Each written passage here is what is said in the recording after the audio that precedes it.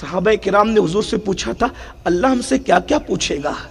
سرکار علیہ السلام نے فرمایا تم نے کسی کی دیوار کو اپنے ناخن سے کھرچا ہوگا نا، تو اس کھرچنے سے جو ناخن کے اندر مٹی آئی ہوگی اللہ اس مٹی کے بارے میں بھی تم سے پوچھے گا۔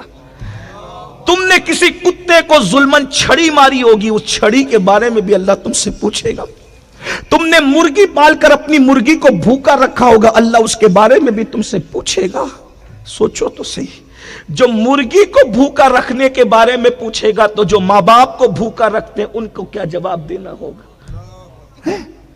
آج کتوں کو بستر میں لے کر سونے والے جو پیار کتوں سے کرتے ہیں وہی پیار اپنے ماں باپ سے بھی کرتے ہیں۔ کیا ترقی کا دور آیا ہے، کتوں کے منہ چوم رہے ہیں اور جن کے قدم چومنا چاہیے ان کو گھر سے باہر نکال دیا۔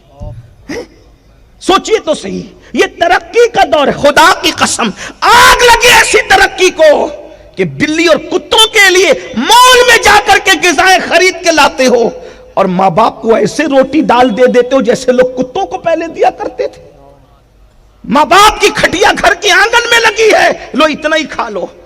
بلکہ حالات بدل گئے، ماں باپ کی حیثیت گھر کے کتوں کی طرح ہو گئی اور کتوں اور بلی کی حیثیت ماں باپ کی طرح۔ یہ ترقی یافتہ دور ہے، یہ سیریلوں کا دور ہے، یہ فلموں کا دور، یہ ٹیکنالوجی کا دور ہے۔ یہ ہے کامیاب لوگ۔ لعنت ہو ایسی کامیابی پر جس میں ماں باپ کی حیثیت کتوں کی طرح ہو۔ بولو بدلا کہ نہیں نظام؟ نظام بدل گیا، نظام بدل گیا۔ سوچو غور کرو، کیا کیا پوچھا جائے گا؟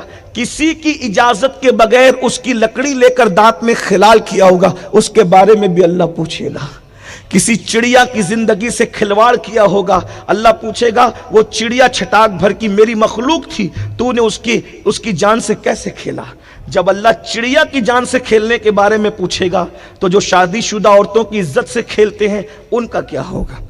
لوگ تو یہ سمجھ بیٹھے کہ ہم تو ہر سال حج کرتے ہیں، جنت کا ٹکٹ ہمیں مل گیا، ہر سال عمرے کرتے ہیں، جنت کا ٹکٹ ہمیں مل گیا، ہم تو یہ کرتے ہیں۔ یاد رکھنا سیدنا کعب احبار نے سیدنا فاروق اعظم سے کہا تھا امیر المومنین، اللہ کی بارگاہ اتنی غیور بارگاہ ہے، اگر کوئی 70 نبیوں کے برابر بھی عمل لے کر جائے تو بھی گارنٹی نہیں ہے کہ اس کی مغفرت ہوگی۔